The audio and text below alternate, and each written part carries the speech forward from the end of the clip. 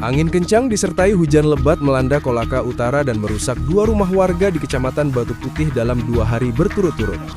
Kejadian pertama terjadi pada 19 November 2025 di Desa Puncak Harapan saat rumah milik Sudirman mengalami rusak sedang setelah atapnya tersapu angin.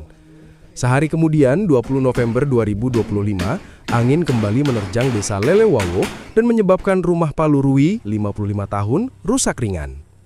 BPBD Kolaka Utara langsung melakukan kaji cepat dan perbaikan darurat pada 2 rumah tersebut. Kepala BPBD Kolut, Mukramin, mengimbau warga tetap waspada karena wilayah itu memasuki musim hujan yang berpotensi disertai angin kencang.